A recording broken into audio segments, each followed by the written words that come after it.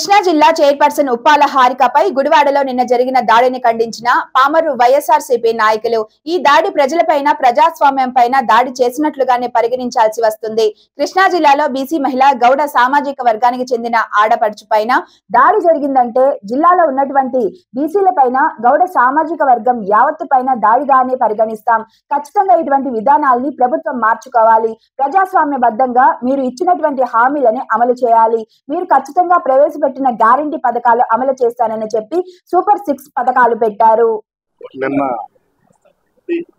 గుడివాడ నియోజకవర్గంలో తెలుగుదేశం పార్టీ కార్యకర్తలు జిల్లా పరిషత్ చైర్మన్ గారు అయిన శ్రీమతి ఉప్పాల హారిక గారు మీద దౌర్జన్యం చేయటం చాలా బాధాకరం. ఇది యావత్ బీసీ సంఘాలన్నీ కూడా ఖండించదగ్గ విషయాలు. ఎందుకనంటే బీసీలందరికీ అనుమానం వస్తుంది, ఇది బీసీ సంఘాల మీద ద్వేషంతో చంద్రబాబు నాయుడు లోకేష్ గారు చేయించారా, లేకపోతే గౌడ సంఘం మీద ద్వేషంతో చేయించారా అనేది అనుమానంగా ఉంది ఇప్పుడు. ఎందుకనంటే గతంలో జరిగిన కొన్ని సిచ్యువేషన్స్ మనం ఇవాళ రివ్యూ చేసుకోవాలి. ఆ సందర్భం కూడా మనకి తప్పట్ల. ఇక్కడ ఎంపీగా చేసిన కొనకళ్ళ నారాయణరావు గారిని పీకేయడం,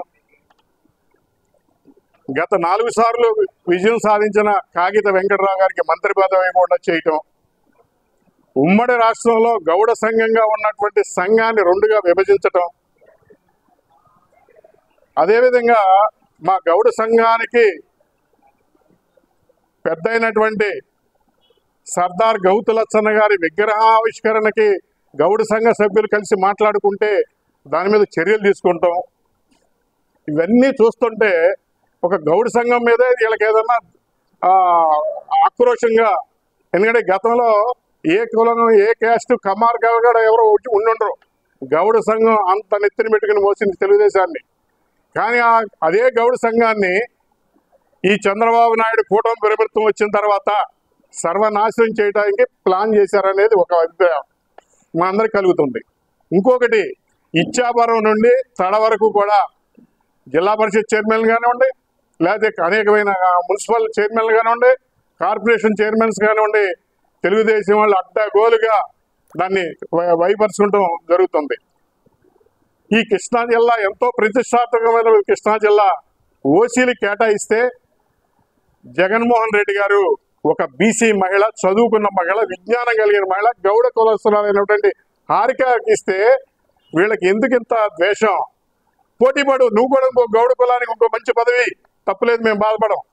అంతేగాని మహిళలకి జగన్మోహన్ రెడ్డి గారు విజయవాడలో మేయర్ ఇవ్వటం కానీ, డిప్యూటీ మేయర్స్ 2 మహిళలకు ఇవ్వటం కానీ, ఒక ఆర్టీసీ చైర్మన్ ఇవ్వటం కానీ, మచిలీపట్నం కూడా చైర్మన్ ఇవ్వటం కానీ, లేకపోతే కృష్ణా కోఆపరేటివ్ బ్యాంకు మహిళకి ఇవ్వడం కానీ, లేకపోతే మార్కెట్ మహిళకి ఇవ్వడం కానీ, ఎంతో ఓసీల్లో జగన్మోహన్ రెడ్డి గారు ప్రతిష్టాత్మకంగా ఒక వినూత్నమైన రాజకీయ విజ్ఞానంతో చేసుకుని వస్తుంటే ఆయనతో పోటీ పడలేక ఈ కృష్ణా జిల్లా పరిషత్ చైర్మన్ ఏదో రకంగా చేజిక్కించుకోవాలని ఆవిడ్ని అధికారులతో ఉన్న మంత్రులతో ఆవిడ్ని వేదన చెందించి, అయినా సరే ఆవిడ రాజీనామా చేయట్లేదు, మనం ఈవిడ్ని వ్యక్తిగతంగా దూషణలుగా అటుకు వెళ్ళి ఈవిడ్ని రాజీనామా చేయటమా, లేకపోతే హత్య చేయించి మళ్ళీ ఇక్కడ ఎన్నిక జరిపి కైవసం చేయించుకోవాలని కుట్రతో ఇది జరిగిందేమోనని చెప్పి మా అందరికీ అనుమానం వస్తుంది.